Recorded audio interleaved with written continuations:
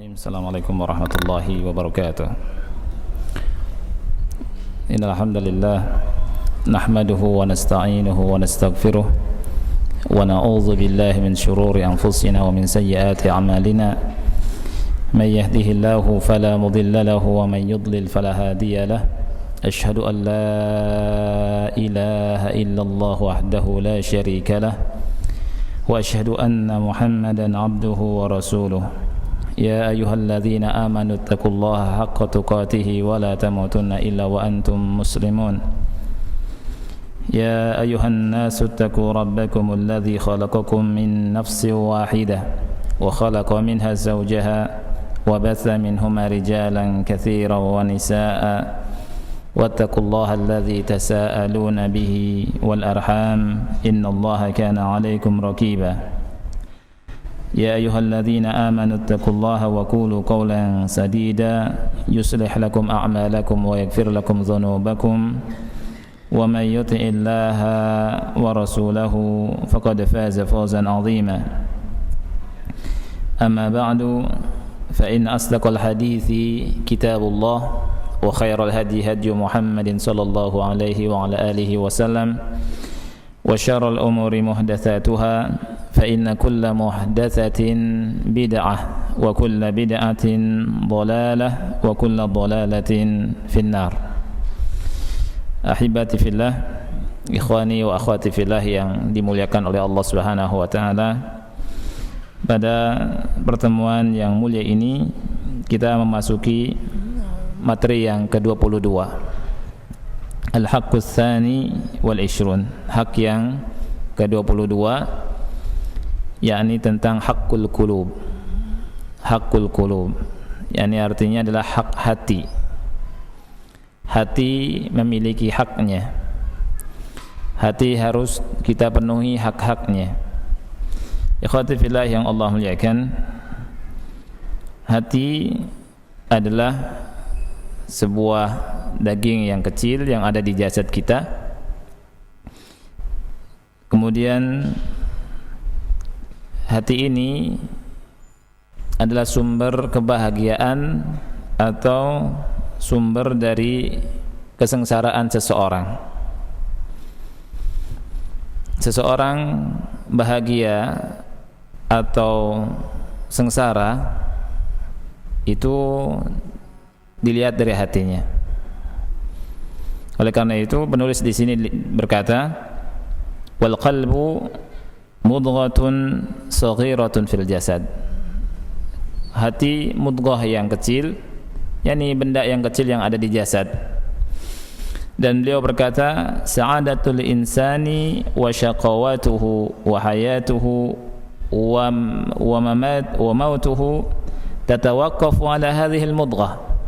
Kata beliau, kebahagiaan seseorang atau kesengsaraan seseorang, hidup dan matinya itu berada di atas benda ini, di atas hati. Oleh karena itu ikhwati fillah, yang harus kita perhatikan adalah hati-hati kita. Kebahagiaan seseorang bukan dari zahirnya, bukan dari jasad, bukan dari luar, bukan karena harta. Ada sebagian orang berkata, apabila harta banyak maka bahagia. Tidak. Banyak orang yang punya harta, banyak orang yang hartanya melimpah, ya, tapi sempit hidupnya, seakan-akan berada di ruang yang sangat-sangat sempit dan gelap. Karena masalah apa? Masalah hati. Ada sebagian orang yang mengatakan bahwa kebahagiaan itu ketika memiliki bentuk rupa yang cakep atau bentuk rupa yang cantik. Tidak demikian. Kebahagiaan seseorang ada dalam hati seseorang. Ya. Orang mukmin, ikhwati fillah, orang yang akan mendapatkan kebahagiaan yang hakiki. Dan kebahagiaan itu berada di atas keimanan. Sekali lagi, kebahagiaan itu ketika seseorang memiliki keimanan yang kuat, memiliki ma'rifah, pengetahuan tentang Allah, asma dan sifatnya yang benar, yang lurus, dia akan mendapatkan kebahagiaan. Sekali lagi bahwa kebahagiaan ini enggak diukur dengan jasad. Ya. Kita mendengar sebagian orang operasi plastik. Karena untuk apa? Untuk mendapatkan kebahagiaan. Kalla tsumma kalla, sekali-kali tidak akan bahagia. Sebagian orang ikhwan fillah berani mengeluarkan harta yang banyak untuk itu, ikut-ikutan orang kafir. Sebagian orang Islam ikut-ikutan orang kafir, ya, supaya kelihatan bagus. Sampai ada cerita di negeri luar, negeri kafir kan, untuk mendapatkan kebahagiaan yang jelek, kemudian wajahnya di operasi plastik, jadilah cakep, menikah sama laki-laki, kemudian si laki-laki tersebut senang, ternyata punya anak, anaknya ternyata jelek-jelek, ya, nggak taunya dilihat foto si istrinya zaman dahulu itu jelek, akhirnya apa? Langsung dicerai, bahkan minta ganti rugi. Ya, bahagia enggak? Tidak bahagia. Oleh karena itu kebahagiaan itu ikhwati fillah dengan keimanan. Pertebal iman, perkuat iman, kenali Allah Subhanahu wa taala, kenali nama-nama dan sifat-sifat Allah Subhanahu wa taala, ini akan bahagia.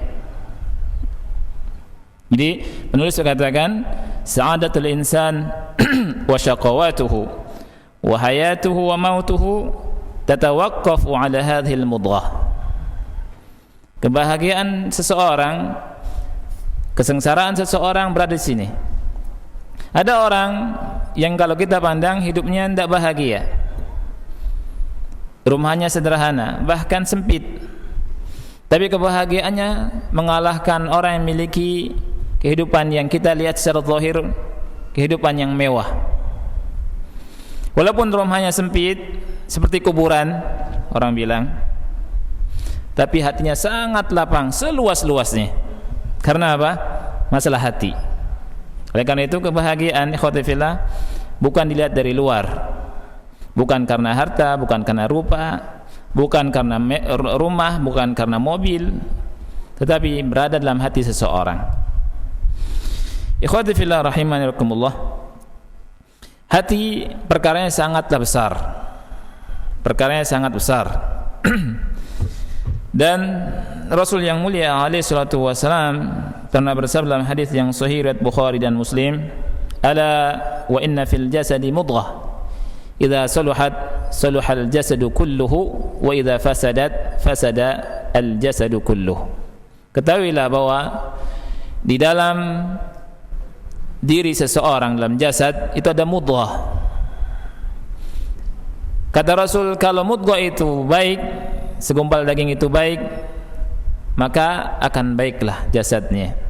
Tapi kalau rusak, maka akan rusaklah jasadnya.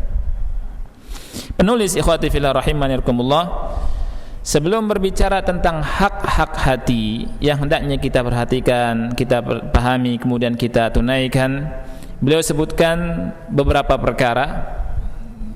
Kalau nggak salah 6 perkara. Beliau sebutkan kenapa hati ini sangat penting, kenapa hati ini urusannya sangat-sangat besar. Beliau sebutkan beberapa alasan, sampai 6 alasan di sini. Yang pertama, kata beliau bahwa hati itu sangat besar urusannya, sangat penting urusannya adalah, kata beliau, al-qalbu huwa mahallu an-niyyat. Hati itu tempatnya niat. Ini alasan yang pertama. Hati tempatnya niat. Rasul yang mulia alaihi salatu wasallam bersabda dalam hadis yang sahih riwayat al-Imam al-Bukhari dan Muslim, innamal a'malu binniyat wa innama likulli imri'in ma nawa. Kata Rasulullah SAW, sesungguhnya Amal-amal itu tergantung dari niatnya. Dan sesungguhnya bagi setiap orang apa yang dia niatkan. Niat, kata ulama, mahalluha al-qalbu. Tempatnya di mana ikhwati fillah? Di hati. Niat tempatnya di hati. Oleh karena itu, apabila niat seseorang baik, maka amalnya baik dan diterima oleh Allah Subhanahu wa taala. Kalau niat seseorang rusak, amalnya rusak dan tidak diterima oleh Allah Subhanahu wa taala. Dan Allah Subhanahu wa taala, ikhwani fillah, itu melihat hati kita, niat-niat kita. Kita lihat Rasul yang mulia alaihi salatu wasalam pernah menghabarkan kepada kita dalam hadis yang sahih tentang 3 orang, ya, kata penulis ini, ats-tsalatsa alladzina dakhalu al-ghar wa anhadaratis sakhratu wa aghlaqat alaihimul ghar. Tentang 3 orang yang masuk sebuah gua. Masuk, kemudian tiba-tiba batu besar nutupi pintu gua tersebut. Dan kata penulis, bisolahi niyyatihim ja'alallahu lahum makhraja.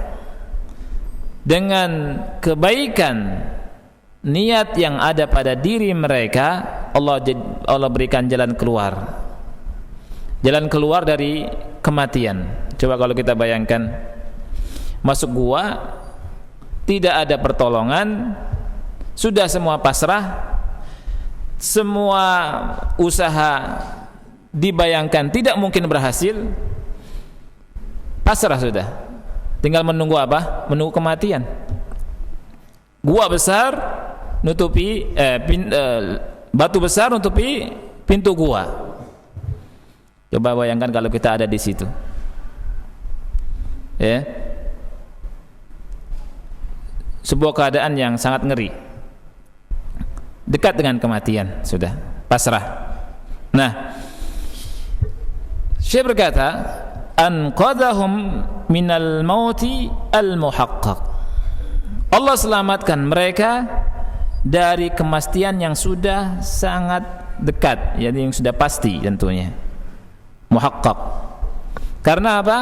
Karena niatnya yang ikhlas. Oleh karena itu penting sekali ikhwani fillah kita meluruskan niat-niat kita dalam semua hal. Dengan lurusnya niat, Allah akan lihat dan Allah akan tolong. Tiga orang tersebut ikhwani fillah itu melakukan amalan yang betul-betul ikhlas. Mereka berwasilah, berdoa kepada Allah dengan amalan tersebut.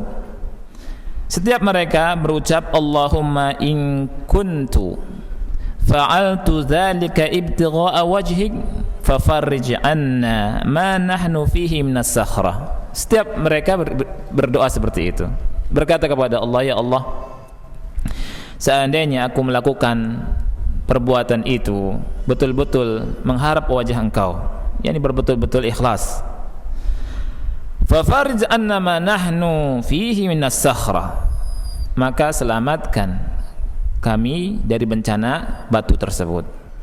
Maka bergeser. Yang satunya berdoa demikian juga bergeser. Satunya berkata demikian juga bergeser sampai mereka keluar dari gua tersebut dan selamat. 3 orang, yang satu ya berbakti kepada kedua orang tuanya sampai pagi megang susunya, enggak mau dikasihkan ke anak-anaknya sebelum orang tuanya minum air susu. Luar biasa, ya. Satu orang ngutangin kepada perempuan, salah satu keluarganya, kemudian dia mau berbuat zina dan perempuan itu mau, kemudian meninggalkan karena siapa? Karena Allah. Yang satunya ikhwati fillah juga berbuat kebaikan, dia menjaga upah dari pegawainya. Upahnya dikembangkan, sudah besar, ya. Padahal kalau dia mau, dia ambil. Tidak ada saksi di situ. Ya. Dan pegawainya pun tidak tahu kalau itu adalah hartanya. kemudian dia serahkan lillah karena Allah Subhanahu wa taala. Dengan itu semua maka Allah sayangi mereka dan Allah selamatkan mereka. Sebaliknya ikhwan fillah, ada 3 orang yang karena niat mereka yang salah Allah masukkan ke dalam api neraka. Karena niat. Ada 3 orang, 3 jenis manusia yang Rasul SAW habarkan kepada kita, karena niat mereka yang salah Allah masukkan ke dalam api neraka. Siapa mereka itu? Asy-syuja', pemberani. Orang yang jihad tetapi ingin dikatakan pemberani. Ya. Kemudian al-karim, orang yang dermawan. Hartanya diinfakkan fi sabilillah, di jalan Allah Subhanahu wa taala. Tetapi niatnya bukan karena Allah. Kemudian orang alim, orang yang ngajar agama. Orang yang belajar agama, kemudian dia ajarkan ilmu agama tapi bukan karena Allah Subhanahu wa taala, wal iyadzu billah. Karena apa? Niat. Ya. Jadi karena sebab kerusakan niat yang ada pada mereka, justru mereka masuk dalam api neraka walaupun amalannya adalah amalan yang baik. Ini alasan yang pertama. Jadi al-qalbu huwa mahallun niyat. Hati itu tempat niat. Kenapa hati, masalah perkara hati itu penting? Karena hati adalah tempatnya niat. Ini yang pertama. Oleh karena itu sangat harus kita perhatikan. Alasan yang kedua, al-qalbu mahallul Quran. Hati adalah mahallu Al-Quran, tempatnya Al-Quran. Al-Quran itu ada di hati. Di antara dalilnya adalah surat Al-Ankabut ayat 49. Allah berfirman, surat Asy-Syu'ara dulu. Asy-Syu'ara. Allah berfirman, wa innahu, sesungguhnya Al-Quran itu la tanzilu rabbil alamin, nazala bihi ar-ruhul amin ala qalbika litakuna minal munzirin bilisanin arabiyyin mubin. Surat Asy-Syu'ara ayat yang ke-192 sampai 195 di Asy-Syu'ara. Allah berfirman, wa innahu, sesungguhnya Al-Quran itu diturunkan oleh Allah, yakni dari Rabb semesta alam. Nazala bihi ar-ruhul amin, turun lewat perantara malaikat Jibril. Ala qalbika, turun kepada hati anda wahai Muhammad. Lihat, ala qalbika, ala qalbika, turun kepada hati anda. Ini menunjukkan bahwa al-qalb, hati itu tempatnya Al-Quran. Litakuna minal munzirin, agar kau termasuk orang-orang yang memberikan peringatan, bilisanin arabiyyin mubin. Kemudian di surat Al-Ankabut ayat 49 Allah berfirman, bal huwa ayatum bayyinat fi suduril ladzina utul ilm. Bal huwa ayatum bayyinat fi suduril ladzina utul ilm. Bal huwa, yakni Al-Quran itu, kata Allah, ayatun bayyinat, ayat-ayat yang jelas, berada di dada-dada orang-orang yang memiliki ilmu, yakni di hati. Di hati. Dan Allah Subhanahu wa taala, ikhwani fillah, mencela orang-orang yang tidak menggunakan hati-hati mereka untuk mentadaburi Al-Quran. Allah berfirman dalam surat Muhammad ayat yang ke-24, afala yatadabbaruna al-Quran am ala qulubin aqfaluha, kata Allah, tidakkah mereka mau mentadaburi Al-Quran atau hati-hati mereka terkunci? Ini Allah berbicara tentang hati. Jadi yang kedua, kenapa hati itu penting? Karena hati ini tempat Al-Quranul Karim. Oleh karena itu, ikhwan fillah, kalau ingin dekat sama Al-Quran, maka perhatikan masalah hati. Kemudian yang ketiga, al-qalbu mahallu nadharillahi ta'ala. Hati adalah tempat pandangan Allah Ta'ala. Allah memandang hati kita, bukan memandang bentuk rupa kita dan bukan memandang jasad-jasad kita. Tidak memandang bentuk rupa seseorang apakah cantik atau cakep atau ganteng, tidak memandang itu. Kemudian tidak memandang jasad, apakah tinggi atau pendek, putih atau hitam atau kuning atau sawo mateng, ya. Tidak memandang itu. Tapi Rasul sallallahu alaihi wasallam khabarkan di dalam hadis yang diriwayatkan Imam Muslim, kata beliau, innallaha la yanzuru ila suwarikum wala ila ajsamikum walakin yanzuru ila qulubikum wa a'malikum. Sesungguhnya Allah tidak melihat kepada bentuk rupa kalian, dan sesungguhnya Allah tidak melihat kepada jasad tubuh-tubuh kalian, tidak. Akan tetapi kata Rasulullah SAW, Allah melihat kepada hati kalian dan amal kalian. Oleh karena itu ikhwan fillah, yang harus kita perhatikan selalu adalah pandangan Allah kepada kita. Kalau pandangan manusia lihat jasad, lihat bentuk rupa, lihat tubuh. Tapi pandangan Allah Subhanahu wa taala lihat ke hati. Oleh karena itu memperbaiki hati lebih utama, lebih sesuatu yang harus kita perhatikan, maksud saya. Jadi masalah hati ini masalah yang sangat penting, karena pandangan Allah Subhanahu wa taala kepada hati-hati kita, bukan kepada jasad kita. Apalah arti jasad kita kalau hati kita rusak? Apalah arti bentuk rupa seseorang yang cantik atau yang ganteng?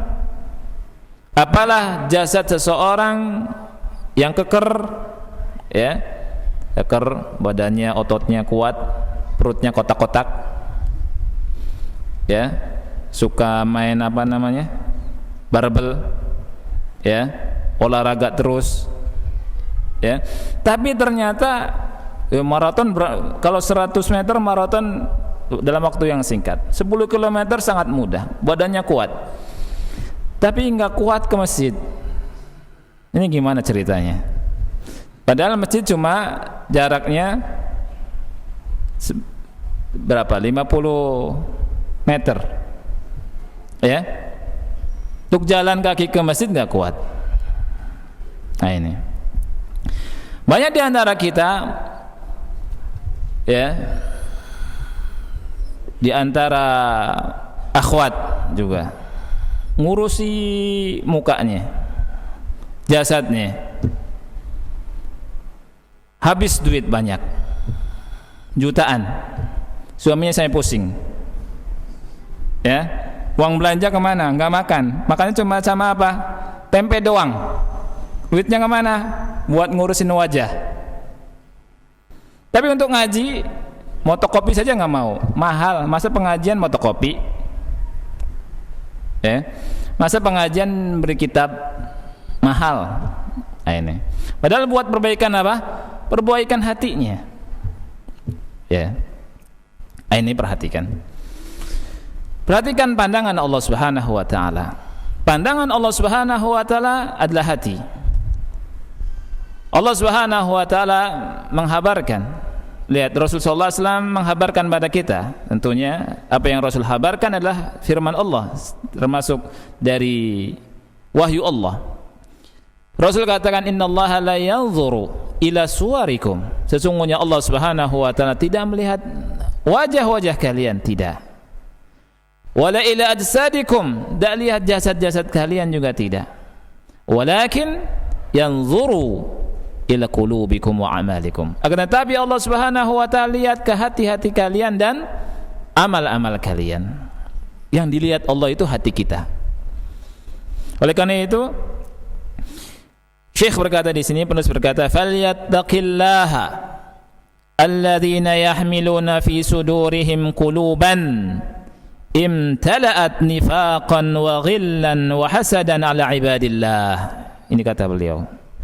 Maka hendaknya takutlah kepada Allah orang-orang yang menyimpan di dada-dada mereka, yakni dalam hati mereka, hatinya dipenuhi dengan nifaq, sifat kemunafikan, dipenuhi dengan kebencian dan hasad terhadap hamba-hamba Allah Subhanahu wa taala.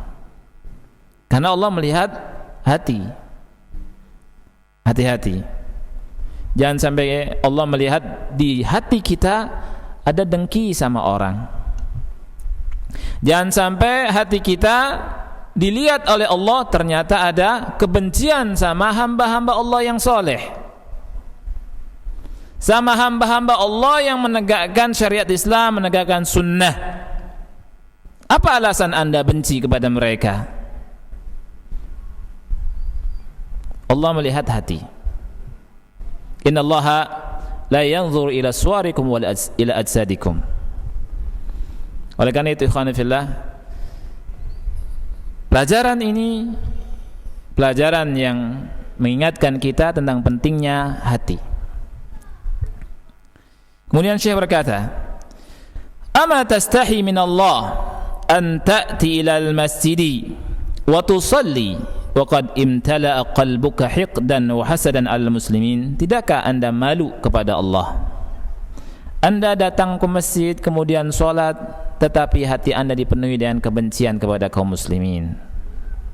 Ada di antara kita ya, enggak tahu menau ikut benci sama saudaranya kaum muslimin. Ya. Entah kenapa sebabnya. Gara-gara dia mengikuti sunnah. Gara-gara dia rajin sholat. Ini bahaya nih kalau ada yang begini. Kemudian diisi dengan kemunafikan hatinya, wal'iyadzu billah. Kemudian beliau berkata, in istata'ta an tukhfi ma fi qalbika 'ala an-nas fala tastati'a abadan an tukhfi dhalika 'ala Allah li'annahu muttali'un 'ala ma fi qalbik. Kalau Anda mampu menyembunyikan apa yang ada dalam hati Anda dari manusia, ingatlah bahwa Allah Subhanahu wa taala melihat. Fala tastati'u abadan, tidak mungkin Anda bisa selama-lamanya menyembunyikan apa yang ada dalam hati Anda dari Allah Subhanahu wa taala. Jadi ini mengajak ikhwan fillah, mengajak kita semua untuk membersihkan hati kita. Kita tengok hati kita ada tidak sifat-sifat seperti itu. Hasad kepada saudara kita, iri pada saudara kita, dengki pada saudara kita, benci pada saudara kita. Nah ini. Apalagi kalau misalkan benci kepada guru kita misalkan, ya, benci kepada teman kita, benci kepada saudara-saudara kita yang soleh, kita bersihkan hati dari ini, jangan kotori. Ini yang ketiga, ya. Kemudian yang keempat, al-qalbu mahallut taqwa. Hati itu tempatnya ketakwaan. Hati tempatnya ketakwaan. Dalam sebuah hadis yang sahih riwayat Al-Imam Al-Baihaqi, ketika Rasul ditanya tentang manusia yang paling afdal, manusia yang paling utama, di antara jawaban Rasul sallallahu alaihi wasallam adalah orang yang memiliki hati yang makhmum. Hati makhmum. Rasul ditanya oleh sahabat tentang al-qalbul makhmum. Apa itu qalbul makhmum? Makhmum dari kata, kalau misalkan khamamtu al-bait, kata ulama, kalau khamamtul bait artinya kanastul bait, saya nyapu rumah. Jadi nyapu rumah supaya rumah jadi bersih. Hati yang bersih, hati yang makhmum artinya hati yang disapu, dibersihkan dari kotoran. Hati makhmum ini kata Rasul, huwa taqi, hati yang bertakwa, wan naqi, hati yang suci, bersih, alladzi la itsma fihi wala baghya wala hasad, yang tidak ada dosa dan tidak ada hasadnya, tidak ada kedzaliman, tidak ada hasad. Ini hati yang paling utama dan orang yang paling utama di sisi Allah Subhanahu wa taala. Oleh karena itu Rasul sallallahu alaihi wasallam pernah berkata, ketika Rasul sallallahu alaihi wasallam bertakwa tentang ketakwaan itu di mana, Rasul bilang at-taqwa hahuna, at-taqwa hahuna, at-taqwa hahuna. Takwa itu tempatnya di mana? Di sini, di sini, di sini, kata Rasulullah SAW. Artinya Rasul menyebutkan bahwa takwa itu di hati, di dada. Oleh karena itu orang ketika kemarin kita nyembelih kurban pun, ya, Allah katakan la yanalallaha luhumuha wala dima'uha walakin yanaluhu at-taqwa minkum. Jadi daging-daging dan darah itu tidak sampai kepada Allah, tapi yang sampai itu karena nilai ketakwaan yang ada dalam dada-dada si penyembelih korban. Yang kelima, ikhwani fillah, yang kelima, al-qalbu aniyatullahi fi ardihi.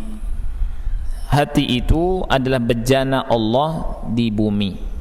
Jadi bejananya Allah di bumi itu hati. Jadi bejananya Allah itu ada di mana? Di hati. Di bumi. Kita lihat hadisnya sahih riwayat al-Imam Tabrani. Rasul bersabda, inna lillahi aniyatan min ahli al-ardi. Sesungguhnya Allah memiliki bejana dari penduduk bumi. Wa aniyatu rabbikum qulubu ibadihi salihin. Dan bejana Rabb kalian, bejananya Allah adalah hati-hati dari hamba-hambanya yang soleh. Wa habbuha ilaih, dan yang paling dicintai oleh Allah adalah alyanuha wa araqquha, hati yang paling lembut. Jadi hati yang paling lembut adalah hati yang paling dicintai oleh Allah Subhanahu wa taala. Tinggal tugas kita bagaimana cara melembutkan hati-hati kita.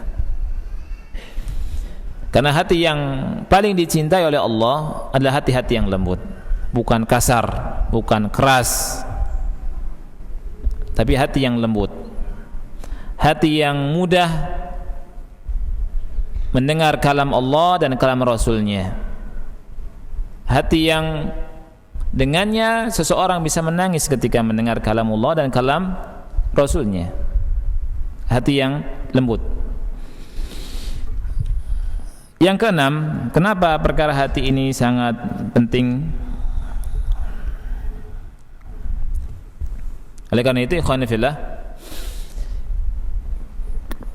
kita harus mengisi hati kita dengan kasih sayang, dengan cinta dan kasih sayang. Karena ketika bejana itu penuh, maka akan ketika penuh dan meluber, itu akan mengalir orang lain, dirasa oleh orang lain. Jadi yang harus kita perhatikan adalah tentang bejana Allah itu. Yang keenam, al-qalbu sari'ut taqallub. Hati itu cepat berubah. Cepat berubah.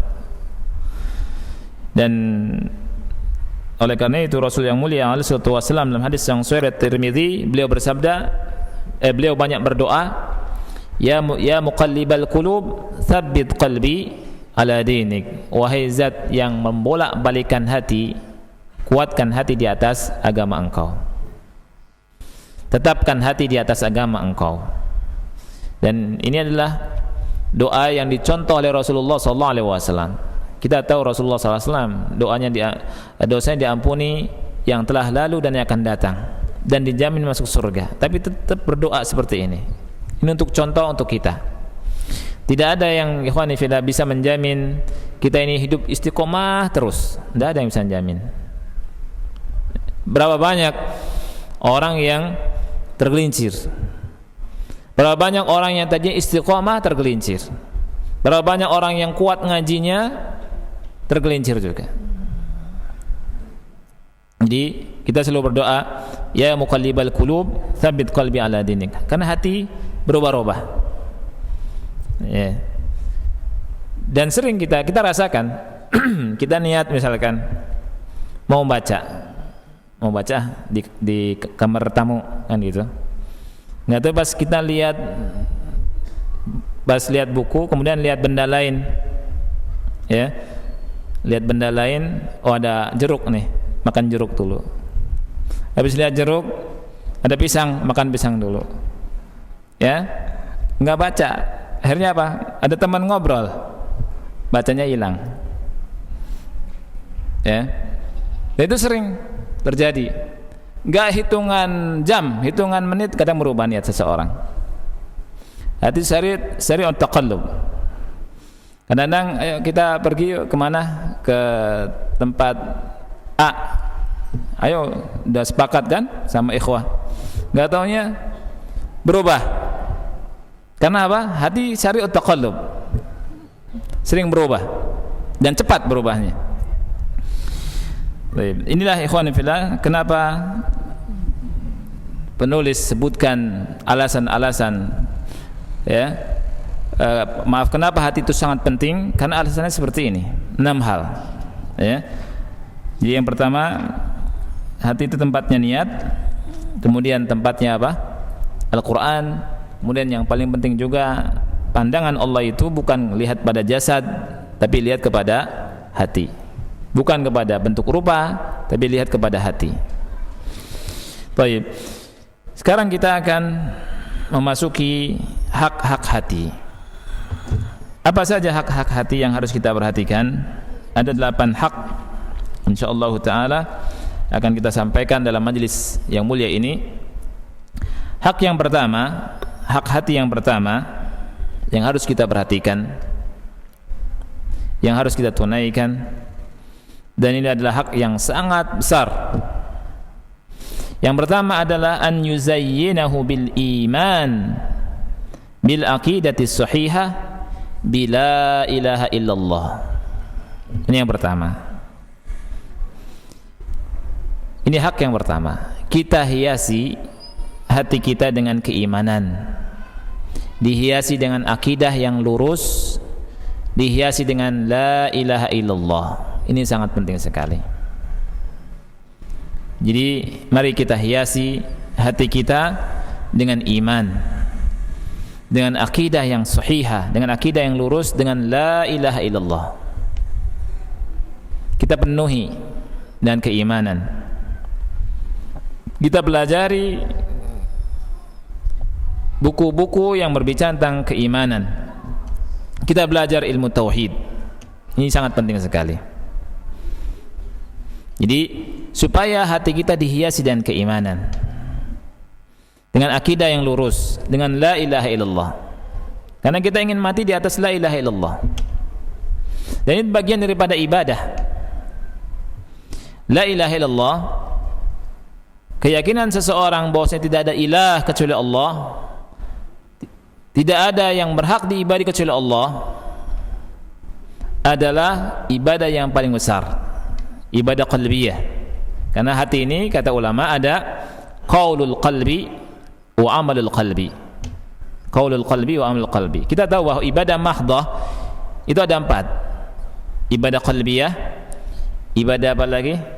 Lisan, ibadah lisan, yang ketiga ibadah badaniyah, dan yang keempat ibadah maliyah. Ibadah yang pertama ibadah qalbiyah, qalb, ibadah hati, ada 2. Qaulul qalbi yang pertama ucapan hati, yang kedua amalul qalbi.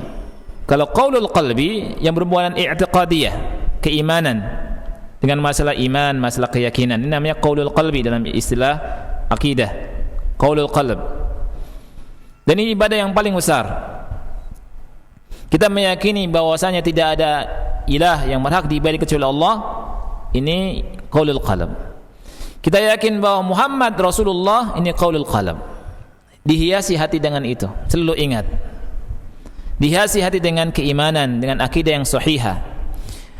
Jauhkan dari kesyirikan. Ini hak yang pertama.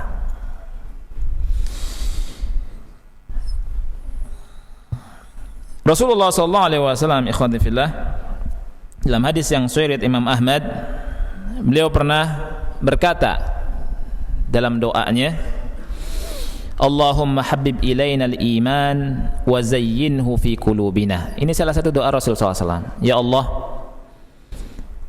berikanlah kami kecintaan kepada keimanan, wa zayyinhu fi qulubina, dan hiasi hati-hati kami dengan iman itu. Hiasi keimanan di hati-hati kami. Wa karrih ilaina al-kufra wal fusuqa wal isyan, dan jadikanlah kami membenci kepada kekafiran, kefasikan dan kemaksiatan. Waj'alna minar rasyidin. Ini diantara doanya Nabi sallallahu alaihi wasallam. Ini hak yang pertama. Hak hati yang pertama. Hiasi hati kita dengan keimanan, akidah yang sahih, akidah yang lurus dengan la ilaha illallah. Doa ini terambil dari surat Al-Hujurat di ayat yang ke-7 dan ayat yang ke-8. Allah berbicara tentang kaum mukminin, terutama para sahabat Rasulullah sallallahu alaihi wasallam. Allah berfirman, "Walakinnallaha habbaba ilaikumul iman wa zayyanahu fi qulubikum wa karraha ilaikumul kufra wal fusuqa wal isyan ulaika humur rasyidun." Oleh karena itu Rasul sallallahu alaihi wasallam berdoa dengan doa seperti tadi.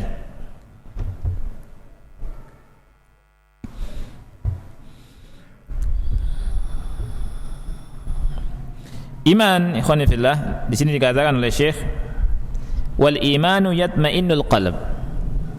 Dengan iman hati ini menjadi tenang. Hati menjadi tenang dan Allah berikan hidayah dengan keimanan. Allah bilang dalam surat At-Taghabun ayat yang ke-11, "Wa man yu'min billahi yahdi qalbah." Siapa yang beriman kepada Allah, Allah akan berikan hidayah kepada hatinya.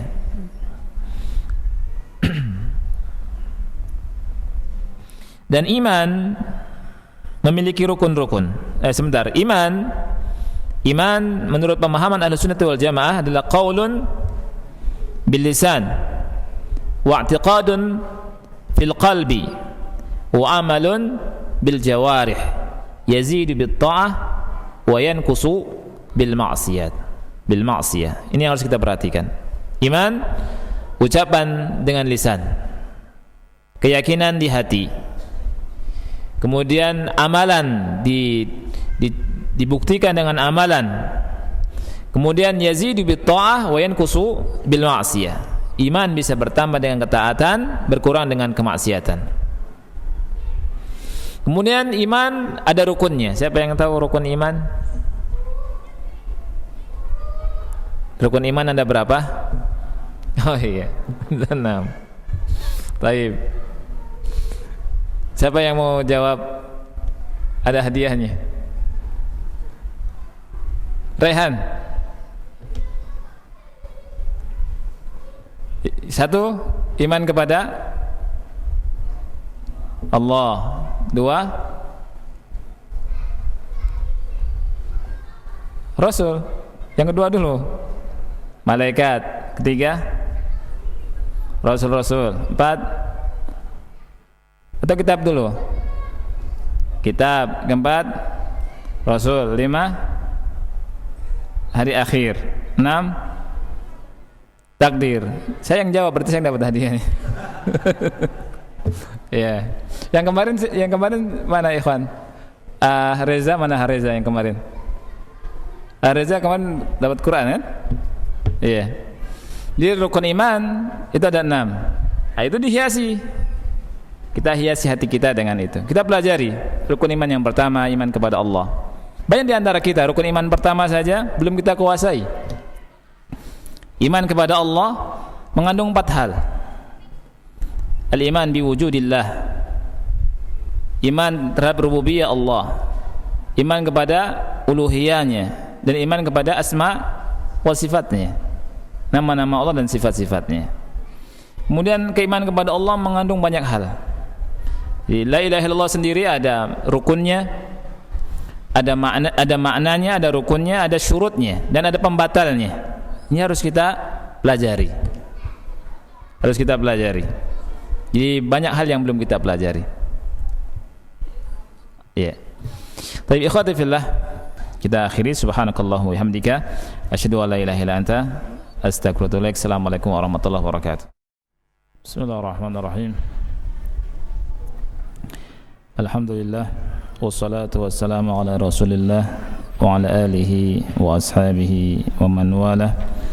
Wala haula wala quwwata illa billahi, amma ba'd. Di antara hak hati yang pertama, ikhwan fillah, adalah menghiasi hati dengan apa? Iman, dengan akidah yang lurus, dan dengan la ilaha illallah.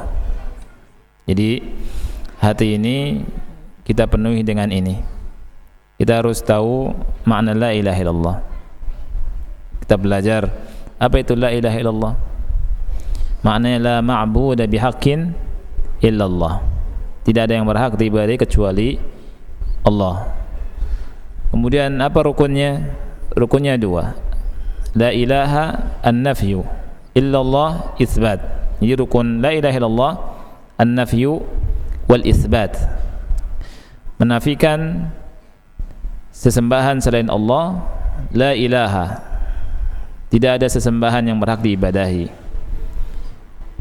bukan juga malaikat, bukan juga jin, ya, bukan juga penamaan yang dinamakan oleh nenek moyang, ya, seperti Nyi Roro Kidul atau Nyi Roro Kulon atau Wetan, ya. Ada nggak Nyi Roro Kidul, akhi? Nyi Roro Kidul adalah in hiya illa asma'un sammaitumuha antum wa aba'ukum ma anzalallahu biha min sultan. Nyi Roro Kidul dan sejenisnya, in hiya illa asma', hanya sekedar nama-nama yang kalian namai, ikut-ikutan dengan nenek moyang kalian nama-nama, ikut-ikutan. Ma anzalallahu biha min sultan. Allah tidak turunkan keterangan tentang itu. Ya, an-nafyu, kita nafikan sesembahan selain Allah, peribadatan selain Allah, nafikan. Itsbat illallah, kita tetapkan peribadatan itu hanya untuk Allah. Kemudian kita harus pelajari juga syurut la ilaha illallah. Kita harus juga pelajari nawaqid Islam, nawaqid la ilaha illallah, juga kita harus pelajari itu. Ya. Dan kita hiasi hati kita dengan itu. Ya. Kemudian kita tahu tadi iman ada berapa rukun?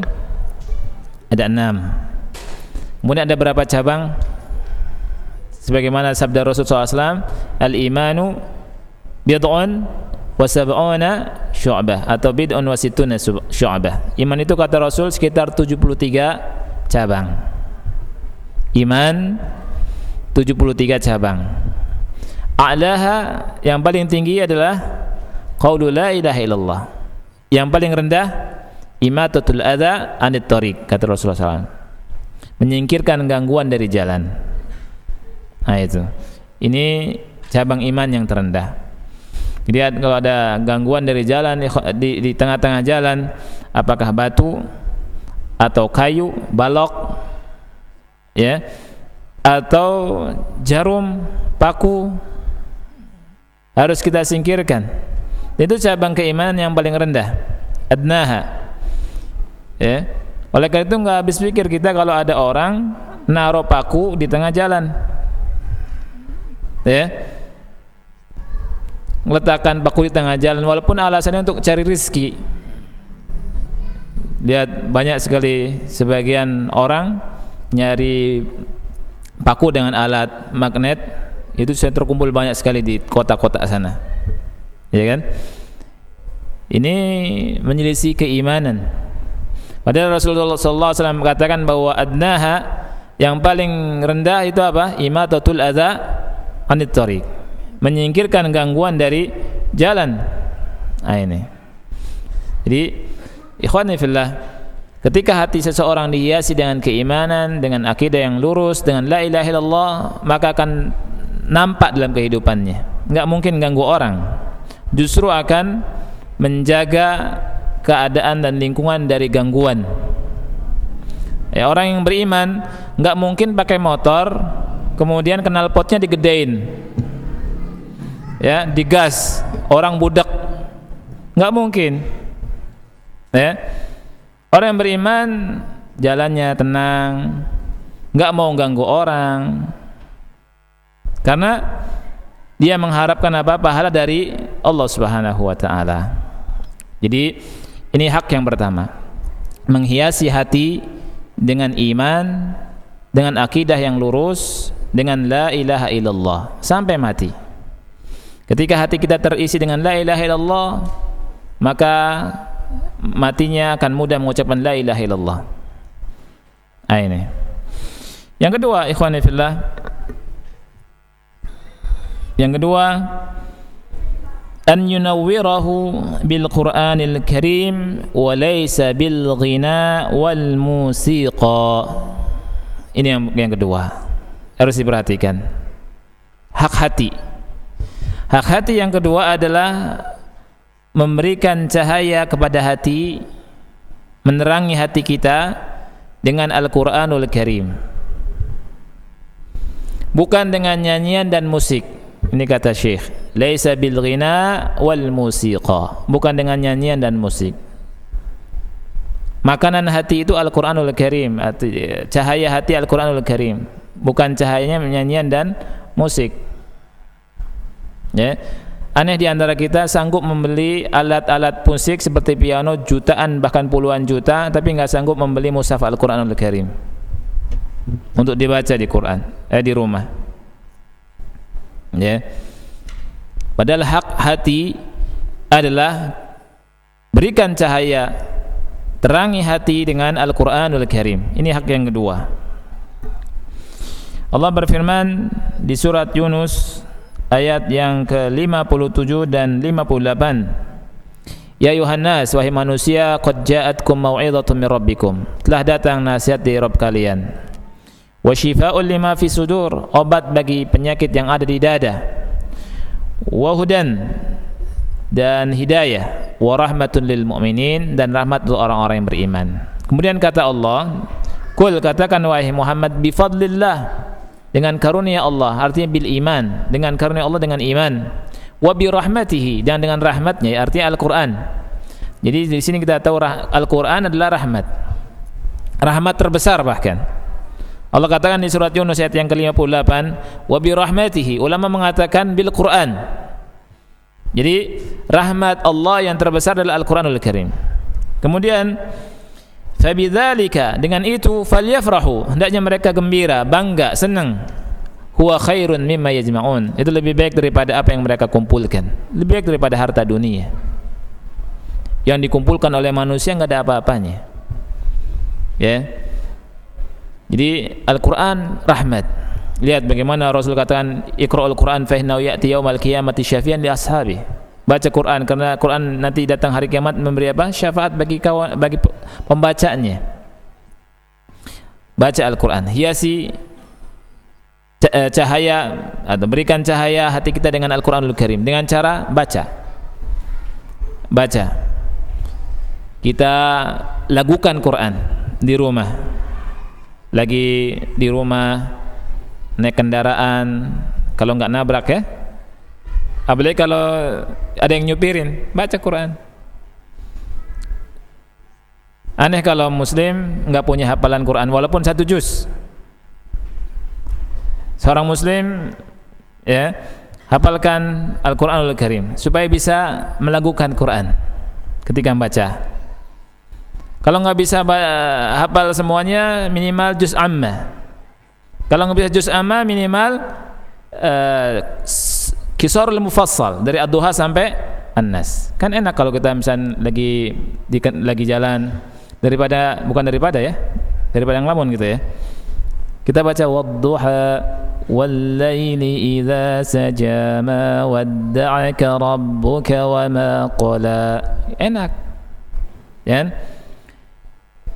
Sebagian manusia kalau jalan apa mereka lakukan? Berdendang, nyanyi, tripping, sampai ada apa ini, tutup telinga kan itu, terus dia melafadzkan, kan enggak dapat pahala. Tapi mukmin, muslim, taqi, dia mendendangkan Quran, baca Al-Quran, indah hidup dengan Al-Quran. Hak yang kedua, diberikan cahaya, berikan cahaya hati kita dengan Al-Quranul Karim. Di dalam doa Nabi SAW, yang doanya kata Rasulullah SAW, tidaklah seseorang berdoa dengan doa ini, maka ketika dia sedih akan dihilangkan kesedihannya. Doanya adalah, doanya sahih sebagaimana diriwayatkan oleh Imam Ahmad, Allahumma inni abduk wa ibnu abdik wa ibnu amatik nasiyati biyadik madin fiyya hukmuk adlun fiyya qada'uk as'aluka bikulli ismin huwa lak sammayta bihi nafsak aw anzaltahu fi kitabik aw 'allamtahu ahadan min khalqik aw ista'tharta bihi fi 'ilmi al-ghaibi 'indak an taj'ala al-Qur'ana rabi'a qalbi wa nura sadri wa jalaa'a huzni wa dhahaba hammi. Ini sering kita dengar di roja, dibacakan sama Ustaz Badrul Salam. Ini harus kita hafal. Ya. Doanya Rasulullah SAW. Apalagi kalau manusia tidak akan lepas dari kesedihan, kegundahan, tidak akan lepas itu. Ketika ada sedih, baca doa ini, akan hilang kesedihannya. Allahu Akbar. Dan sahih. Sahih. Setelah itu bisa tersenyum. Iya. Doa ini, Allahumma inni abduk. Ya Allah, sesungguhnya aku adalah hamba Engkau. Wa ibnu abdik, anak dari hambamu. Wa ibnu amatik, anak dari hamba wanitamu. Nasiyati biyadik, ubun-ubunku di tanganmu. Nasiyati biyadik, madin fi hukmuk, hukummu, keputusanmu berlaku padaku. Adlun fi qada'uk, semua kita berserah diri pada Allah. Qada'mu, takdirmu itu adil kepada diriku, sangat adil ya Allah. Adlun fi qada'uk. Kemudian berdoa sama Allah, as'aluka bikulli ismin huwa lak, aku minta kepada Engkau wahai Allah dengan seluruh nama yang Kau miliki. Luar biasa doanya. As'aluka bikulli ismin huwa lak sammaita bihi nafsak, yang Kau namai dirimu dengannya, au anzaltahu fi kitabik, atau yang Kau turunkan dalam kitabmu, au 'allamtahu ahadan min khalqik, atau yang Kau ajarkan kepada salah satu dari makhlukmu, au ista'tharta bihi fi 'ilmi al-ghaibi indak, atau yang Kau sembunyikan dalam ilmu ghaibmu. Baru kita minta, ini tawassul. Tawassul. Kemudian kita minta an taj'al al-Qur'ana rabi'a qalbi. Ya Allah, jadikanlah Al-Qur'an sebagai rabi'a qalbi, penyejuk hatiku. Minta pada Allah.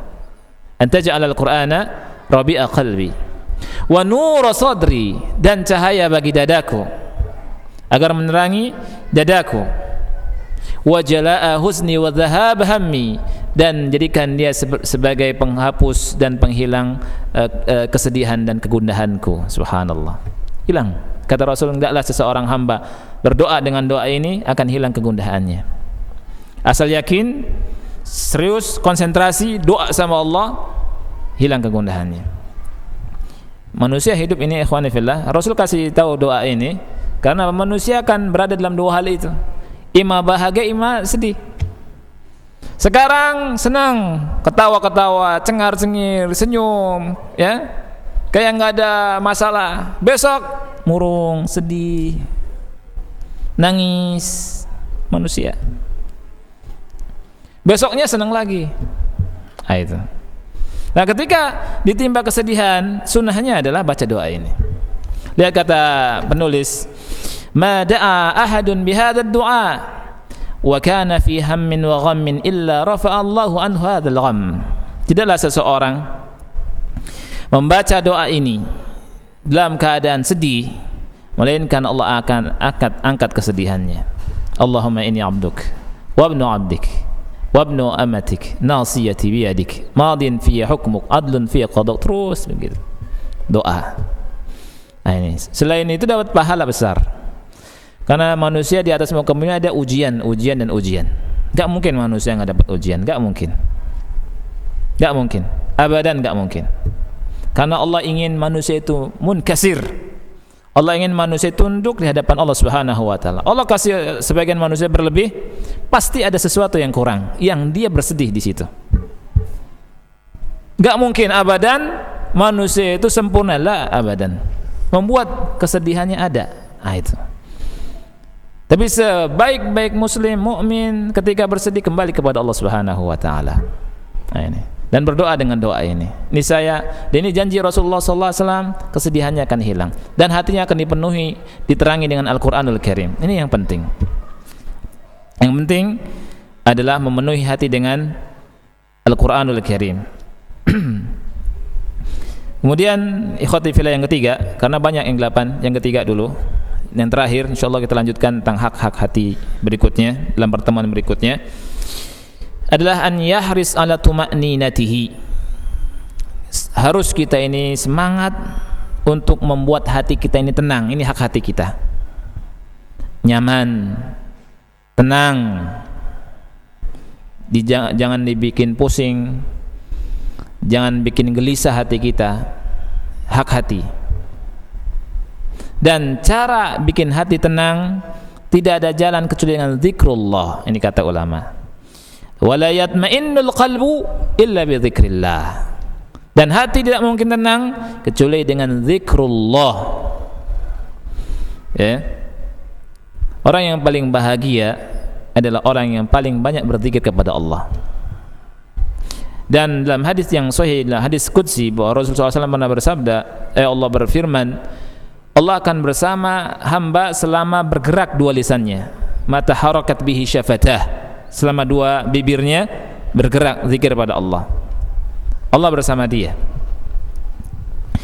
Allah berfirman di surat Ar-Ra'd ayat yang ke-28, alladzina amanu wa tatma'innu qulubuhum bi dzikrillah ala bi dzikrillahi tatma'innul qulub.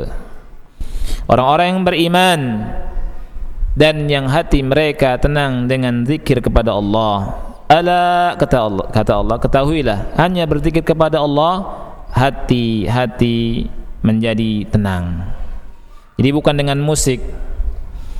Ya, sebagian manusia ikhwan fillah kalau ada masalah masuk ke kamar, ya, dikunci rapat-rapat, minum pil tidur, nyetel musik sekencang-kencangnya. Ya. Kemudian tripping. Katanya apa? Tenang hatinya. Ya tenang saat itu. Habis itu stres lagi. Stres maning. Ya. Hidupnya dari stres ke stres. Terus begitu. Tapi kalau dengan zikir, subhanallah, selain hati tenang dapat pahala, selain itu Allah dekat. Itu. Allah subhanallah, ikhwani fillah, sangat cinta pada kita. Ya. Dan Allah itu dekat. Coba antum kalau punya teman, ya kan? Kalau punya teman butuh sesuatu, antum butuh sesuatu, kemudian kata orang itu, enggak usah khawatir, absyir, kabar gembira, saya ada di belakang anda, saya dekat sama antum, semua beres. Saya butuh, tenang, saya dekat.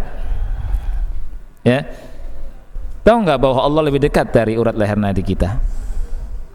Wa idza sa'alaka 'ibadi anni fa inni qarib. Apabila hambaku bertanya tentangku wahai Muhammad, katakan ini qarib, kata Allah. Inni qarib, aku dekat kata Allah. Qarib. Tinggal minta sama Allah, berzikir, membuat kita tenang. Ini. Kemudian di dalam hadis yang sahih riwayat Imam Bukhari, Rasul yang mulia alaihi wasallam bersabda, "Mathalul ladzi yadhkuru rabbah wal ladzi la yadhkuru rabbahu mathalul hayy wal mayyit." Perumpamaan orang yang berzikir mengingat Rabbnya dengan orang yang tidak mengingat Rabbnya seperti perumpamaan orang yang mati dan hidup. Seperti yang hidup dan mati. Yang berzikir hidup, yang tidak berzikir mati. Ya. Kemudian ada hadis yang menjelaskan tentang keutamaan zikir. Keutamaan zikir sangat besar sekali. Rasul pernah bersabda, ala unabbiukum bi khairi a'malikum. Hadisnya sahih riwayat Imam Malik. Hadisnya sahih riwayat Imam Malik dan Tirmizi. Rasul bersabda, ala unabbiukum bi khairi a'malikum. Maukah aku kabarkan kepada kalian dengan amal kalian yang paling baik, dengan amal yang paling baik. Wa azkaha 'inda malikikum, yang paling suci di samping raja kalian, yakni di samping Allah. Wa arfa'uha fi darajatikum, lebih bisa mengangkat tinggi derajat kalian, artinya lebih tinggi derajatnya kalau mengamalkan ini. Wa khairun lakum min infaqiz zahabi wal fiddah, dan lebih baik untuk kalian daripada menginfakkan emas dan perak. Wa khairun lakum min an talqaw aduwakum fatadribu a'naqahum wa yadribu a'naqakum, dan lebih baik daripada kalian berjumpa dengan musuh kalian berperang, imma mereka membunuh kalian atau kalian bunuh mereka, menebas leher kalian atau kalian menebas leher mereka. Qalu, para sahabat menjawab, bala, iya wahai Rasul, mau. Kata Rasul, zikrullahi ta'ala, berzikir kepada Allah Ta'ala. Mudah-mudahan hadis ini bisa menjadi pengingat kita. Kita masukkan ke hati kita bahwa zikir amalan yang paling baik. Apa saja? Zikir mutlak apa saja? Zikir yang enggak terikat, apakah kita beristighfar sebanyak-banyaknya? Lagi duduk, astagfirullahalazim wa astagfirullah wa atubu ilaih, astagfirullah wa atubu ilaih. Kita bersolawat, kita mengucapkan tasbih, tahlil, tahmid. Tidak dibatasi dengan jumlah atau bilangan tertentu, enggak. Sebanyak-banyaknya. Subhanallah, subhanallah, subhanallah. Yang ada rezeki, alhamdulillah. Kemudian bersolawat kepada Rasul sallallahu alaihi wasallam sebanyak-banyaknya, apalagi di malam Jumat. Ya. Inilah yang bisa Anda sampaikan, ikhwani fillah. Mudah-mudahan sedikit bermanfaat. Kalau ada pertanyaan silakan. Ya. Kalau tidak ada, insyaallah kita lanjutkan pada pertemuan berikutnya. Ahmad Reza, mana Ahmad Reza? Ya? Ini hadiah mushaf nih. Yang kemarin jawab kan? Barakallahu fiik.